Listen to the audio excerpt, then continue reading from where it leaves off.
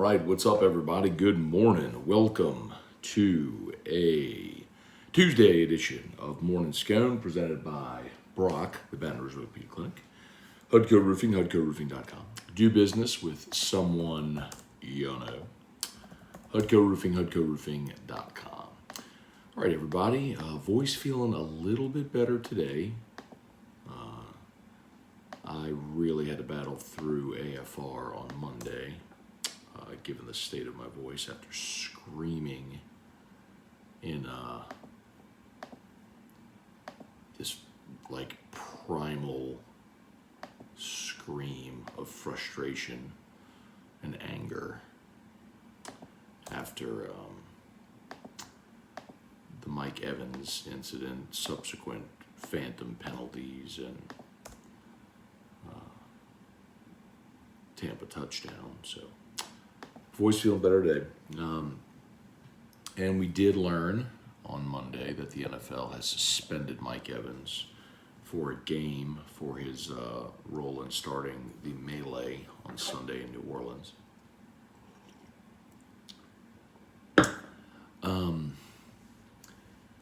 In some way, it was validating, right? I mean, whenever you see the NFL suspend Mike Evans for that, you realize, okay, well, so we were right. It was Mike Evans being a jerk.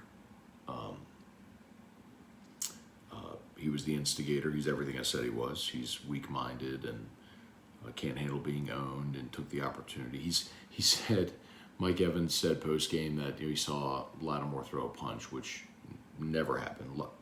At Brady, Lattimore and Brady barely had words. Fournette shoved Lattimore, Lattimore shoved Fournette back, and then Evans came off the bench and waylaid Lattimore. It's pretty clear. I mean, Lattimore resides in Mike Evans' head. He's a great player who's not used to being owned. Marshawn Lattimore has owned him since he came into the league, and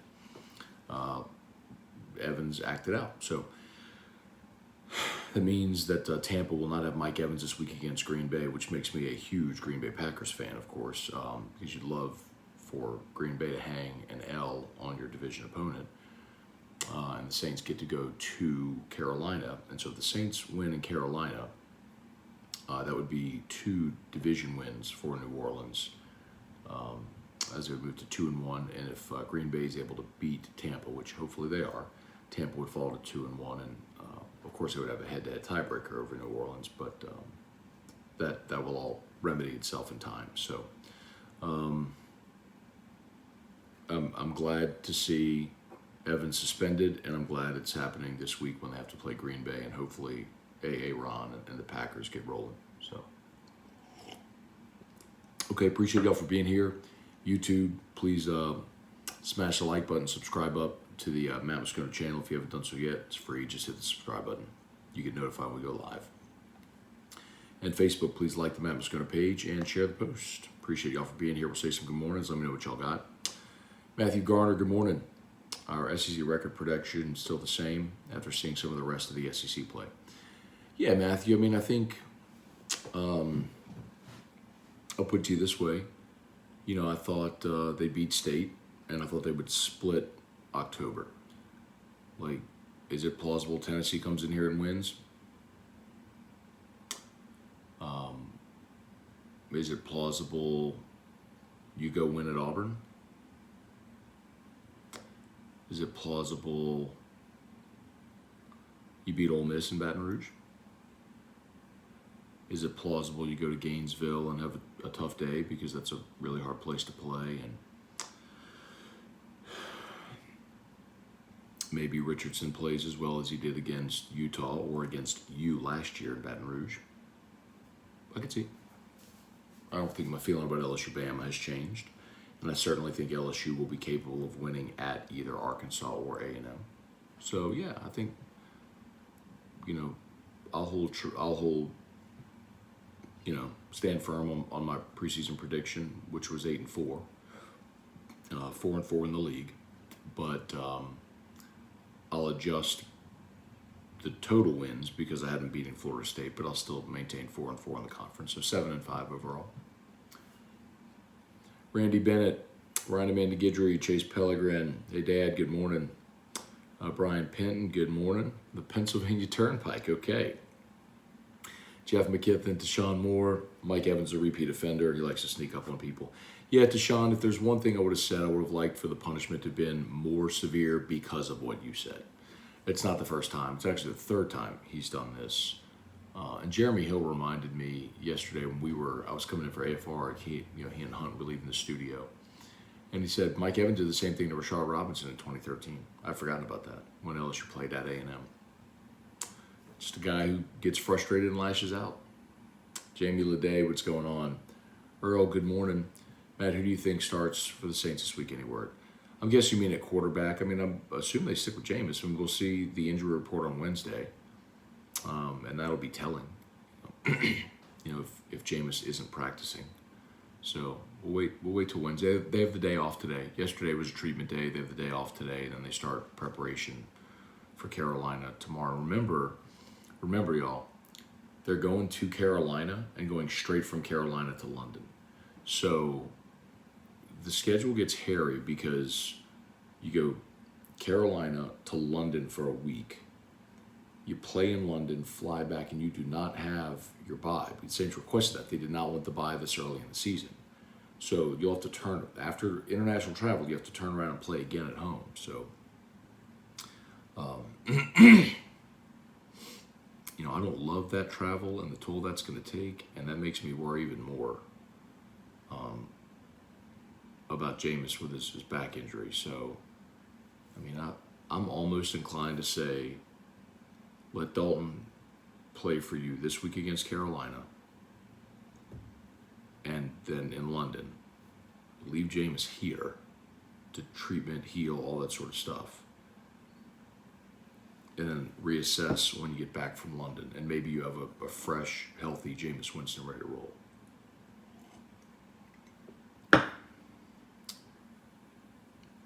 But that ain't my decision.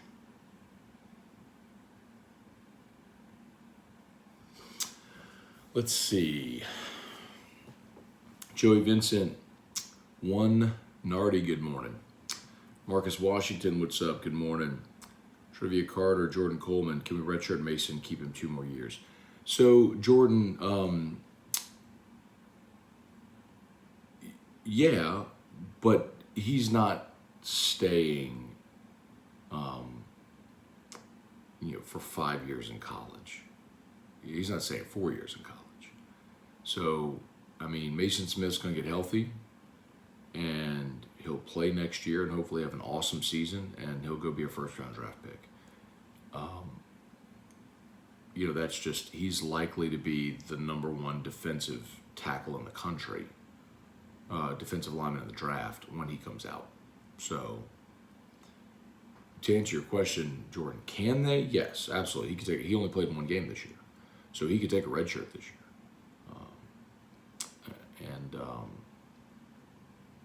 And have 3 more years, actually, but he won't. Cliff Nelson, good morning. Jason Mobile, Matt, did I miss something, or did Kane not play Saturday night? Noah Kane did get in the game. I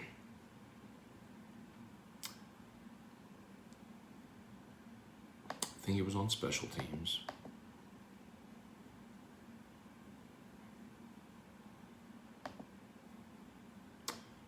Did not have a carry.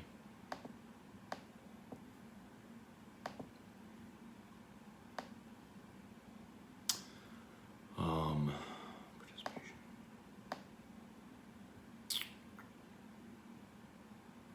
Yeah, he played on special teams. I did see him get in the game. He might have been in late in the game at running back too. He just didn't get a carry. Larry Garner, Wendell Norman, Caleb Cody, good morning. Hope you and your family have a blessed day. Thank you, Cody. Same to you and yours. Eric Waterrider, good morning. Brian Kelly, ever explain his thought process with electing to receive the opening kick? You know what, Eric? It's a good question, man, and I'm kicking myself now that I didn't ask him that yesterday. Should have asked him that. Maybe Wednesday, if I can, I'll jump on the coach's teleconference and ask him that question. But yesterday would have been an appropriate time, and I didn't do it. Tommy Blanco, 1 game seemed lights for a repeat issue. I agree, but it was validating that he was suspended. Jesse Brown, good morning. I was doing the same amount of yelling Sunday, so I feel your pain. Do you think we play better against the Panthers? Well, first of all, so you're going on the road, and going on the road is tough. Going on the road in the division is tough. And I'll remind you, last year you played at Carolina, and they absolutely crushed you. So, in one respect, I would love to see the Saints get their offense going, and think they can.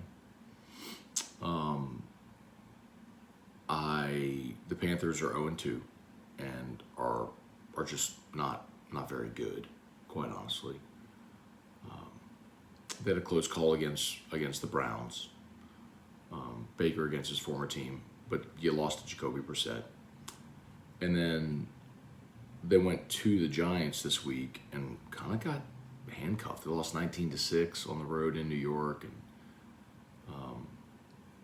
it was a rough day offensively for Carolina. It was a rough day for both teams, actually, but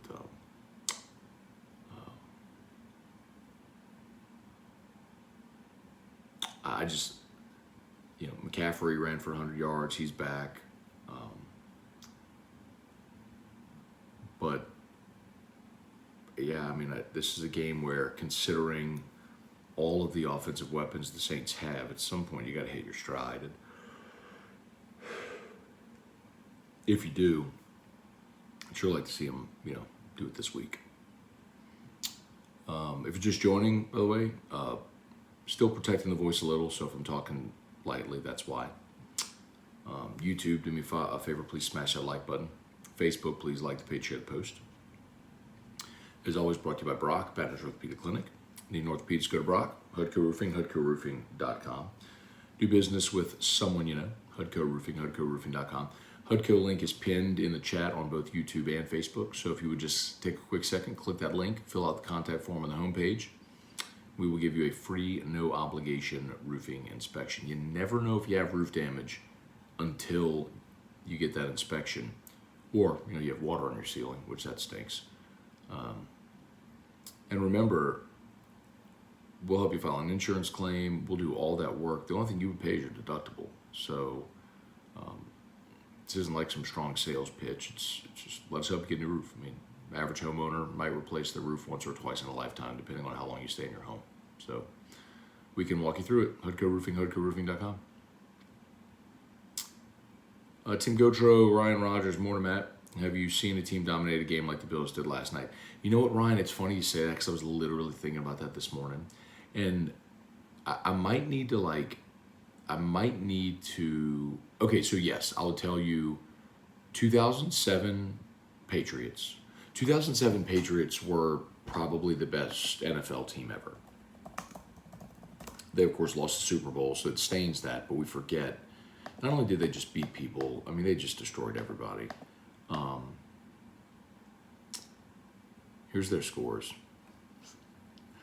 38-14, 38-14, 38-7, 34-13, 34-17, 48-27, 49-28, 52-7, 24-20. They had their bye. 56-10, 31-28, 27-24, 34-13, 20-10, 28-7, 38-35. They just destroyed everybody. And, it was almost like a college schedule. So the 07 Patriots, and I would tell you, when I was a kid, I was a kid, when the Cowboys and the Redskins kind of dominated the NFC, that was always such a fun matchup, because you knew, the Redskins won the Super Bowl in 91, and then, make sure that's right, or the Redskins 92, and then Cowboys 93, Niners 94, Cowboys 95, 96. But that 92, 93, in that range, the year, and then the year the Cowboys blew out the Bills in their second Super Bowl. like, those teams felt like they destroyed everybody. Brad David, you ever see Derek Panamsky around? Derek took a job working for a sports agency, working with and representing coaches.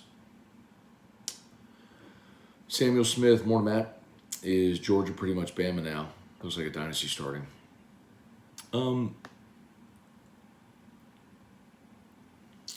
Samuel, I'll put it to you this way, man. They've definitely reached a status where they can overcome losing 15 guys to the NFL draft. But I'm curious. The defense would look great either way, but how would the offense look without Stetson Bennett? Which is weird to say, but fair. I think you've got to lose your quarterback to see how it happened. I'll give you the best example is Clemson. Clemson ascended under Deshaun Watson and maintained under Trevor Lawrence, who became the number 1 overall pick. And, last year took a step back, even if ever so slightly. They went 9-3, won their bowl games and finished with 10, but that's a really good season by almost anyone's standard, but not whenever you're used to being in a playoff every year. It's the same thing that happened to Mac Brown at Texas. Mac had this decade-long string of Major Applewhite, Chris Sims, Vince Young, Colt McCoy. And then he just kept missing on quarterbacks. And you saw what happened at Texas. So, I think that's clearly the key. So, we'll see if whoever is after Stetson Bennett can maintain and continue to build. Hunter Broadhead, Eric Wilderrotter, got to imagine defenses will begin to completely abandon pass rushing in the name of forcing Daniels to stay in the pocket. Yeah, but you know what, Eric? I'm okay with that, man. Like, if teams want to commit defenders to the box to keep Jaden Daniels in the pocket, okay. That means you'll have man coverage on Kayshon Boutte and Malik Neighbors and Jeray Jenkins. Like, good luck. You can't cover everybody. So, that would be a dream scenario. Yeah, commit more people to the box. The problem is LSU can't run. So that's teams are stopping LSU's running game without committing numbers to the box. So they're committing numbers in the secondary, which is leaving open running lanes for Jaden Daniels. Matt, are you concerned the Saints pass rush, especially against the depleted Tampa Bay O-line? No. They pressured Tom Brady a lot. Let's not forget they were scoreless for 3 quarters.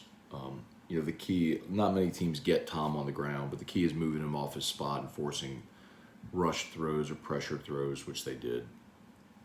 Weston Weaver, Rabin Badges, Jason H, Edward O, good morning. Smashing the like button, thank you. Nola 504, Tommy Blanco, what's going on? I know people keep saying this, very refreshing to see a coach as articulate and informed as Brian Kelly. Hearing him address some of the issues with Daniels while supporting him is encouraging. Chris Nelson, morning Matt, glass half empty, bro. Let the LSU win carry you through the week. How do you feel about the Saints going forward? Schedule's going to get rough. HUD code jingle times 100, LOL. Okay, we can take 30 seconds.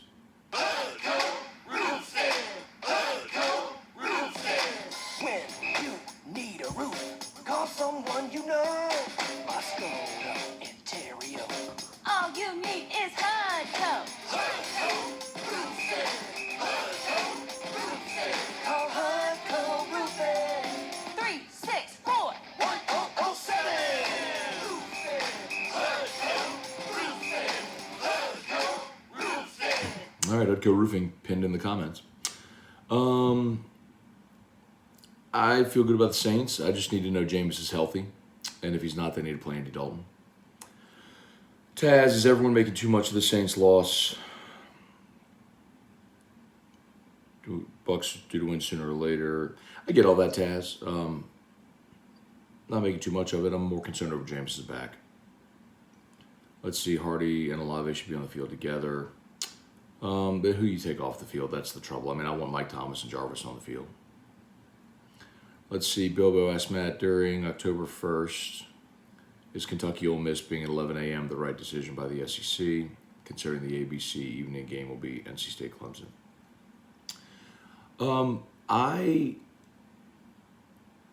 I can certainly understand why if you're ES. Look, here's the thing. When they put together those TV windows, so LSU Auburn's going to be the 6 o'clock Central window. That's what he's referring to on ESPN. The networks know full well who draws and what games draw, and as good a team as Kentucky has and as good a program as they've become, Kentucky doesn't draw. Kentucky football doesn't draw, and Ole Miss football doesn't really draw either. Lane Kiffin is appealing, but when you can put brands like LSU and Auburn in primetime on ESPN, you do it. I mean, that's more about the helmet and the logos than it is the quality of the football game. That's a good question. Jordan Coleman, T-Bob was a goner Saturday. He was white girl wasted. Oh, man. Cooper Zurance, what's up, Ian Wolf? If Jameson Olave can get on the same page, the offense will immediately be 10 times better. Yeah, Ian, that's the problem, though, man. I think so much of that was Jameson's back. Like, knowing he was playing with 4 fractured vertebrae, it's like, okay, I get why he had some of the accuracy issues. I mean, we saw Jameson Olave throughout training camp cooking on the same page. I mean, they targeted Olave 13 times. He had 5 catches. I mean, that ain't right, especially when he was open, you know. Jason H. Feel bad for Joey B. behind the Cincy line. Indiana Tiger, believe Brian Kelly said he always elects to receive. Scoring first increases your likelihood of winning. You may be right. I don't remember that. I'm not saying that he hasn't said that, but I don't remember that. Let's see a couple more. Reed Rule, Florida 10.5. Seems like a gimme this weekend. I'm not on the Vols hype train yet. Boy, Tennessee's going to be up for that game. Tennessee's going to be really up for that game. And Hendon Hooker's probably the second best quarterback in the league. Kendrick Thomas, who dat? Let's see, Bilbo, Tennessee blows Florida's doors off. You know, the only way that doesn't happen is if you see an Anthony Richardson performance like you did the opener against Utah. And he's got it in him. He definitely has the ability.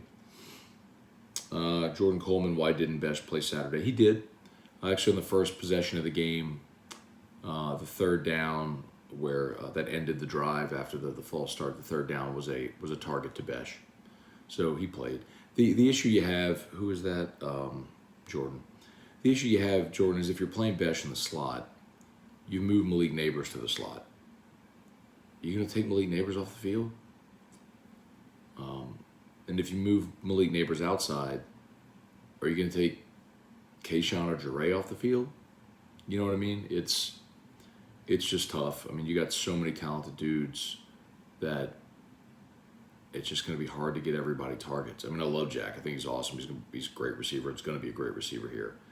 But, you know, Kayshawn will be in the league next year, as will Jure. So all of those guys take a huge step up. You know, Jack probably moves back to the slot. Malik moves outside. Along with Brian Thomas, Chris Hilton.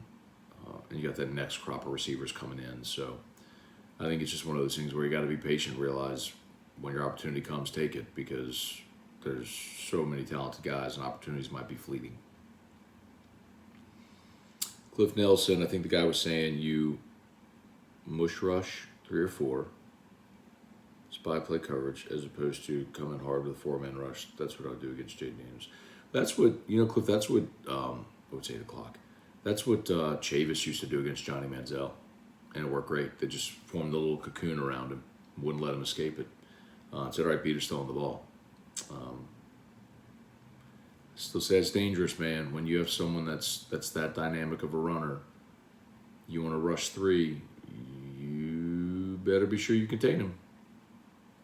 Because if you don't, and you got receivers running 40 yards downfield, you guys popping off a 20-yard run like that. So I get you. Tempest Love, good morning. Jared Espray, only way we beat Tennessee's home field advantage. I don't know that I would go that far, Jared. I think Tennessee's defense has a lot to prove. And, you know, Hendon Hooker's a really good player. I don't know that they have the dynamic receiving talent yet. LSU's going to be an underdog in the game. They'll be a home underdog in that game. But I don't know that I would say the only way. I think that's going to be a closer game. That'll be a Tennessee by 3 or 4, you know. Game was in Neyland, it would probably be Tennessee 6-7. Jordan couldn't best play tight end on an obvious passing down. But the problem is, Jordan, you have a pass-catching tight end. And they want Best to play receiver. Best isn't a tight end. So he did it last year out of necessity, and he needs to go play receiver. Like, I get he's a fan favorite. Everybody loves him, and I do too. But just understand what your roster looks like right now. All right, Ronnie the limo driver, not buying the Tennessee hype. All right, y'all, it's 8:02. I got to get going. Got to get Drew up and out. Daniel Sinets, Glenn Thomasy, Tyler Alexander, what's good? Me and DJ in the office watching, getting him hooked on Morning Scone. I love it. Saw Darren James yesterday up at the Guarantee Building, and he screen grabbed Morning Scone from Sunday because I had my Darren James coffee mug. And he screen grabbed me taking a sip like that. I'm like, hey man, I ain't no fool. You need to sell your home, Darren James. The buy one, list one free program. If you hire Darren to represent you on the purchase side, so let's say you're selling your home and you're going to buy a new one, hire Darren on the buy side, which remember, you don't pay a commission to your realtor if the realtor represents you on the buy side. The realtor gets paid from the seller on that transaction. So if you hire Darren to represent you on the purchase of your home, he will list your home for free. So basically, if you want to sell your home and not have to pay a realtor a commission, call Darren James. 335-7666 or agent225.com. All right, really quickly, y'all. Let me go quickly here back to Facebook. Paul Losi, good morning. Kelly Groves, Stan Bergeron, Lee Allen, David Tolson. Tom Brady should pay for Mike Evans' fine. That mic is making your voice so deep. Sometimes it's awesome. It ain't the mic, Lee. It's the fact that I wrecked my voice on Sunday yelling at the Saints game. In my den by myself, by the way. Jason Austin, you guys had your chance to get Jimmy G. Yeah, Jason, there's a reason that the Niners wanted to pass on Jimmy G. He's a nice, stable quarterback. You're never going to win anything with him. Jason Kimball, Mike Evans. Yeah. Craig Dugas, serious question. Any rumblings of sanctions? Do you think any will be laid out this season, possibly next? Talking about basketball, yes, but timeline, no. My guess is that it'll happen before the NCAA tournament.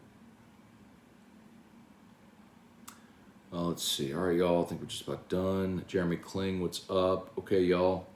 Thanks so much for watching. As always, if you're there on YouTube, please smash the like button. Appreciate you greatly. Facebook, please like the page, share the post. As always, shout out to Brock, Banner Orthopedic Clinic, Hudco Roofing, HudcoRoofing.com. You need an orthopedist, go to Brock. Need a roof? Give us a shout out to Hudco. Love to give you a free, no obligation roofing inspection. All right, y'all. LSU Daily is already live, so if you want the pod, it's there for you. Just however you get your podcast, search LSU Daily. Please subscribe. AFR 3, and tonight, by the way, at 6:30 is Sports Takeover on WBRZ Plus. So Shay Dixon, Michael Cobble, and I record that every Tuesday, and they air it at 6:30. So if you want a little TV scone, you can get it on WBRZ Plus tonight at 6:30. Y'all have an awesome day. Peace.